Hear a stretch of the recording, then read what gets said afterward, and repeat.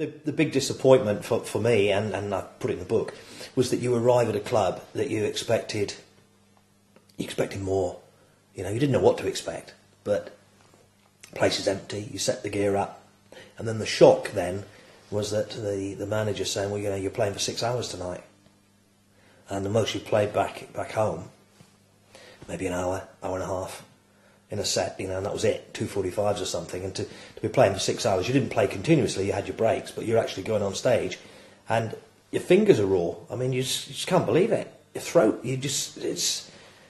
no one told us that. You could understand the contract anyway, so when you get there and then you've got a 6 hour session, 8 hours at weekends, that is hard. That is a shock. One heck of a shock, you know. Of course, the insecurity really was that we only had a month in any one club. So at any time during that month, they could literally terminate it and kick you out.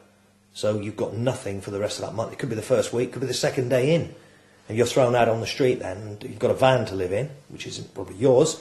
And you've got the rest of that month to survive. The problem you've then got is to get the next month. And of course, if they want to phone the club you've been thrown out of, or you say, well, we've just worked at the top 10 club, well, you can't really put that in and tell them, because they're going to phone the owner and he's going to say, well, I threw him out on the second night. So you're pretty desperate then. So it's very hard. So you're waiting and waiting and waiting until you get your next month. And that was, you know, it was security in one way, but insecurity in another, because you could end up literally with nothing.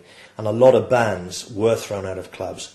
A lot of bands, well, you only want one member to give in and sell his guitar.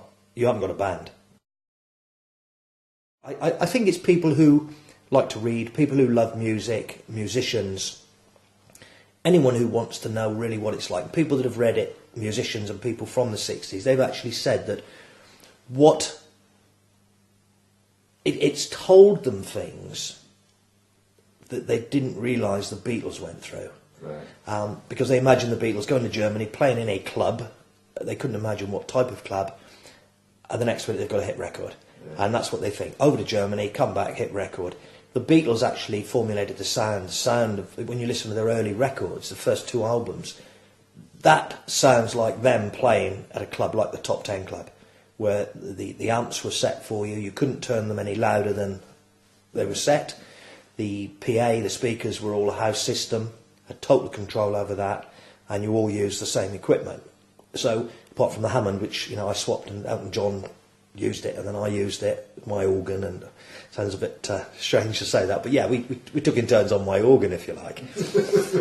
But yes, he used my organ, and the drums, 2 sets of drums, 1 organ, 3 amps, and that was it, you know. My best time, the best time I ever played, the most enjoyable time, was playing with Jimi Hendrix, jamming with him in Gothenburg. We were over there in, I think it was 67, and it was September, because why I remember it's quite a unique time. The Swedish used to drive on the same side of the road as us, but in September 67 they stopped all the traffic for 12 hours and changed all the road signs, and everyone drove on the other side of the road. Problem for us was we had a gig away from the hotel we were staying. We couldn't start the engine. We had to push the van back to the hotel. When we get back, there was Jimi Hendrix, Steve Winwood, Traffic, and Procol Harum. They were all playing in Gothenburg that night, and the van was outside. And I went off to the toilet, and Jimi Hendrix came in with Chas Chandler, and you know, you just don't care, you know. Oh, Jimmy, you know, you're gonna get out if we get the gear in. Yeah, man, yeah, you know, and that was it. So we set the gear up. Now, bearing in mind in those days, it's a couple of column speakers, 3 amps, kit of drums, my Hammond. And he got on stage with us and his drummer, and we just jammed. He wouldn't sing. I kept saying, I feel embarrassed about it now, because I didn't know this at the time, but he was embarrassed about his singing. He didn't think he could sing. And I kept saying to him, you know, you're going to sing something, Jimmy, you know. No, man, no, I can't sing. And it's just superb. But I played like I've never played, and we were in, I think, Gothenburg another 2 weeks, and I didn't buy a drink. Everyone knew that I'd played with Jimi Hendrix, and it was absolutely fantastic. That's probably the highlight of my musical career. I did tour later with Fats Domino. I toured Europe with him for 6 weeks, and they were big gigs for me. I mean, the first one was in the Olympiahalle in München, and it was 10,000 people, and I was first out, and we flew over and went to this arena. We walked out on the stage for the sound check, and I just couldn't believe it. It was a big cycle arena with the track. They took out the back of the track to put the stage in.